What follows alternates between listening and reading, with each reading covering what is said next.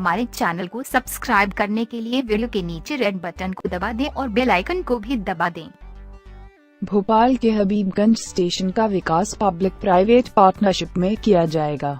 इसके साथ ही हबीबगंज निजी साझेदारी के तहत विकसित होने वाला देश का पहला स्टेशन होगा। Indian railway stations development corporation ने घोषणा की है कि हबीबगंज स्टेशन का विकास अंतर्राष्ट्रीय मानकों के अनुसार किया जाएगा। स्टेशन के विकास के लिए लोकल कंपनी बंसल ग्रुप को ठेका दिया गया है। इसी ग्रुप को 8 साल के लिए स्टेशन के निर्माण, रखरखाव और ऑपरेट करने का जिम्मा दिया गया है। कंपनी को स्टेशन की जमीन के 45 वर्षों की लीज पर मिली है।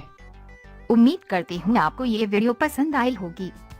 इस वीडियो को लाइक, शेयर, कमेंट कर दें और हमारे चैनल को सब्सक्राइब कर दें। वीडियो देखने के लिए धन्यवाद।